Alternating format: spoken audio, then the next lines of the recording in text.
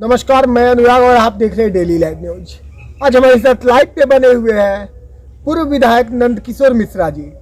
जानकारी के लिए बता दूं कि 2022 के चुनाव में ये समाजवादी पार्टी के प्रबल दावेदार है जो कि विधायकी के लिए दावा कर रहे हैं। तो आइए मिलते हैं इनसे और जानते हैं इनके चुनावी मुद्दे को कि 331 विधानसभा तमकुही राज में किस एजेंडे के साथ ये आए हुए हैं और किस तरह का विकास चाहते हैं तमकुही राज विधानसभा में।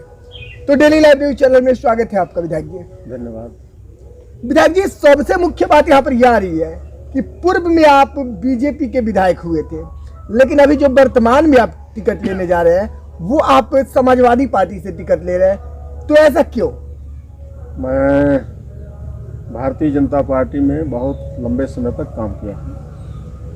1980 से लगातार चुनाव लड़ा, 2 बार विधायक भी रहा, 91 और 93 में, और लगातार चुनाव लड़ता रहा हूँ 80 से लेकर के 2017 तक का। 2017 में मुझे निर्दल चुनाव लड़ना पड़ा और भारतीय जनता पार्टी को त्याग पत्र देना पड़ा। भारतीय जनता पार्टी जिन वसूलों सिद्धांतों को लेकर के लोकतंत्र में जितनी प्रबल आस्था थी उस पार्टी की, उसको नए नेतृत्व ने भारतीय जनता पार्टी के तोड़ने का काम, धूमिल करने का काम और समाप्त करने का काम किया। इस नाते भारतीय जनता पार्टी को त्याग दे करके और समाजवादी पार्टी मैंने ज्वाइन किया। समाजवादी पार्टी से चुनाव लड़ना चाहता हूँ। तो क्या आपको लगता है कि समाजवादी पार्टी भारतीय जनता पार्टी से बेहतर कार्य करेगी? निश्चित रूप से जिस रास्ते पर भारतीय जनता पार्टी चल रही है वो तानाशाही की तरफ देश को ले जा रही है, पूंजीवादी व्यवस्था की तरफ देश को ले जा रही है। पूंजीपतियों का शासन चल रहा है, उद्योगपतियों का शासन चल रहा है। आम जनता का ख्याल नहीं है, देश की गरीबी का ख्याल नहीं है।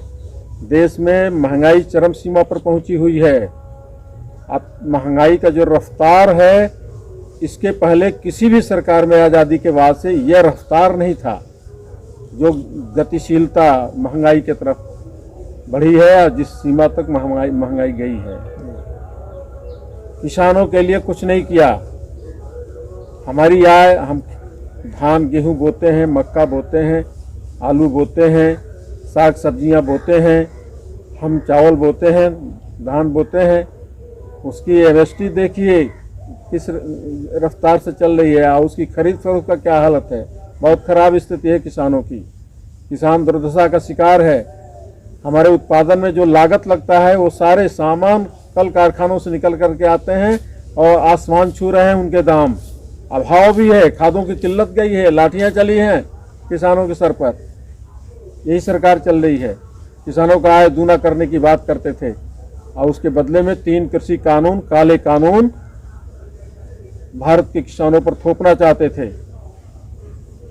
ये पहला, इतिहास में पहली ये घटना हो रही है जिसमें पार्लियामेंट से, सदन से जो अध्यादेश के रूप में आया और कानून के रूप में परिणित हुआ और उस कानून को प्रधानमंत्री को वापस लेना पड़ा। 700 किसानों की मौत हो गई। कृषि कानून वापस नहीं लेना चाहते थे, किसानों को कंगाल बनाने की साजिश थी, उसका पर्दाफाश हुआ है। तो क्या आपको लगता है कि अखिलेश जी की सरकार आएगी तो किसानों को राहत मिलेगी और महंगाई में कमी आएगी? निश्चित रूप से अखिलेश जी की इसके पहले 2012 से 17 तक सरकार रही है। किसानों के, जैसे गन्ना का दाम हमारा है, गन्ना का दाम बढ़ा और खरीद की जो स्थिति है धान गेहूं की, उस पर रियायतें बढ़ी और महंगा दाम मिला, किसान लाभान्वित हुआ था। वृद्धावस्था पेंशन से लेकर के बेरोजगारों तक की पेंशन की बात उसी सरकार में साकार हुई। सड़कों की हालत आज से बेहतर थी, पानी की व्यवस्था ठीक थी, नहरों की, पूरे हमारे यहाँ की नहरों की सफाई समाजवादी शासन में हुआ और टेल तक पानी पहुँचाने का काम किया। बिजली की उपलब्धता सबसे बेहतर रही और बिजली हमारी सस्ती थी। इस सरकार में देश में यदि सर्वाधिक महंगी बिजली कहीं मिल रही है तो उत्तर प्रदेश में मिल रही है। तो किसानों के साथ तो अन्याय हो रहा है। तो क्या आपको लगता है कि इन सभी हालातों को देखते हुए 2022 में उत्तर प्रदेश में परिवर्तन होगा? निश्चित रूप से उत्तर प्रदेश में बदलाव की बयार तेजी से बह रही है और उत्तर प्रदेश में समाजवादी सरकार बनने जा रही है। जी। यह हम लोगों का आत्मविश्वास और जो अपने प्रदेश की हालात है, जो दुर्दशा है, जो आम लोगों में आक्रोश है भाजपा सरकार के खिलाफ, योगी सरकार के खिलाफ,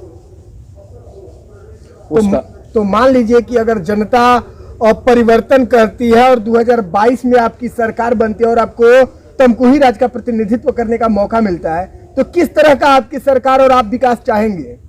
हम चाहेंगे कि किसानों को उनकी फसलों का अच्छा दाम मिले, एमएसपी पर खरीद हो।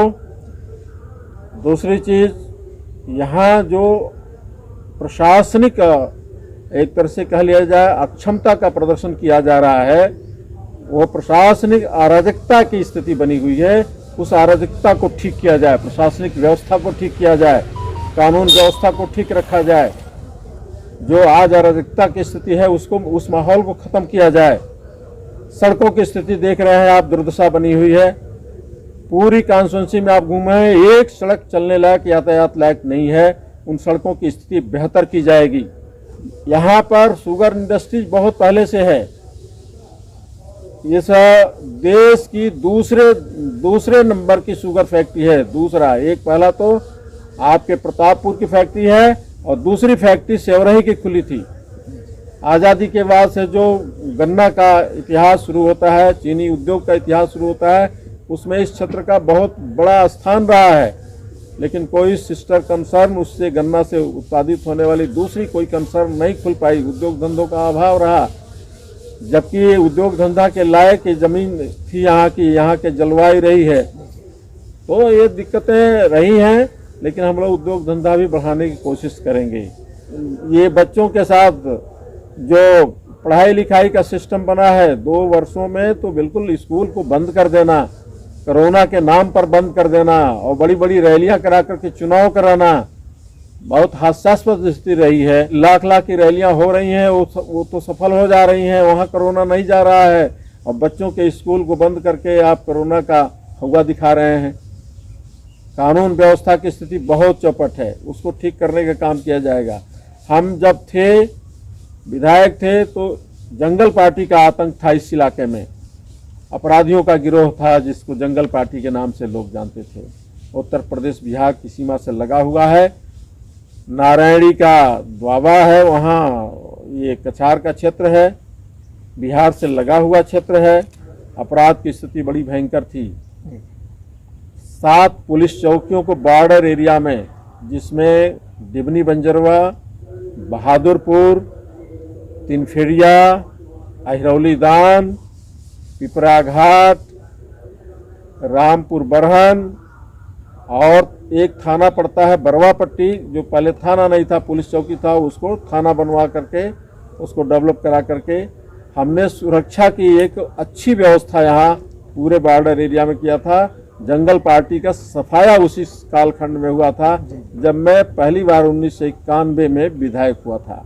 गन्ना की शुगर फैक्ट्री उस समय 17 अगस्त तक चली थी हमारे यहाँ की, इतना गन्ना था। और 17 अगस्त तक शुगर फैक्ट्री को चलाना साधारण काम नहीं है। अगस्त में और जुलाई में और जून में शुगर फैक्ट्री चलने का कोई मतलब नहीं हुआ करता है, लेकिन किसान हित सर्वोपरि था। किसानों का नुकसान न हो इसको ध्यान में रख करके, और अकेली यहाँ सेवरही की शुगर फैक्ट्री थी जिसको हमको 17 अगस्त तक चलवाना पड़ा था और किसानों को उनके गन्ने का दाम दिलवाना पड़ा था।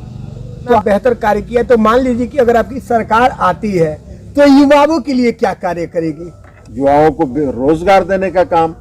अभी समाजवादी पार्टी ने ये इस बात का ऐलान किया है। समाजवादी पार्टी की एक विशेषता है कि वो जितना कह देंगे उससे मुकरेंगे नहीं, उससे हटेंगे नहीं, उसको पूरा करने का काम करते हैं। पहले भी ऐसा रहा है। बहुत सारे हो सकता है हमें उससे नाइतफाक रहा हो, लेकिन यदि उसने घोषणा कर दिया तो उस पर अडिग रहे। वो हिलते डुलते नहीं हैं, वो बदलते नहीं हैं, वो झूठ नहीं बोलते हैं। तो मुझे विश्वास है कि 10 लाख लोगों को, बेरोजगार नौजवानों को रोजगार देने की घोषणा किया है समाजवादी पार्टी ने। जी जी 4 लाख लोगों को पुलिस में भर्ती का ऐलान किया है। और ये यदि हम सरकार में आते हैं तो पहली कैबिनेट की मीटिंग में ये सारी स्वीकृतियां दे दी जाएंगी। इस प्रकार के हमारे नेता ने, हमारे राष्ट्रीय अध्यक्ष ने घोषणा किया है। जी जी बिजली यहाँ पर 300 यूनिट फ्री करने की बात कही गई है। तो जब हम बिजली का नाम लेते हैं तो तमाम उद्योग धंधों से लेकर, कुटीर उद्योग से लेकर के और खेती बाड़ी तक और आम जीवन की सुख सुविधाओं तक का हम बात बोल जाते हैं। बिल्कुल। हम उस बिजली को 300 यूनिट फ्री करने जा रहे हैं उत्तर प्रदेश में, और जो महंगी बिजली चल रही है उसको सस्ता बिजली के रूप में भी परिवर्तित करने का काम करेंगे। तो लाइव के माध्यम से आपको आपके विधानसभा की जनता भी देख रही है, जनता को क्या संदेश देना चाहेंगे आप आगामी चुनाव को लेकर? हम कहना चाहते हैं कि आज ये झूठ बोलने वालों की सरकार से आप मुक्ति दिलाइए इस प्रदेश को, और समाजवादी पार्टी की अखिलेश जी के नेतृत्व में सरकार बनाने में आप सहयोग करिए, यही मैं अपील करूंगा। बिल्कुल। चलिए जी, डेली लाइव न्यूज चैनल के साथ जुड़ने के लिए और अपना कीमती समय देने के लिए बहुत बहुत धन्यवाद विधायक जी। बहुत बहुत धन्यवाद आपको भी।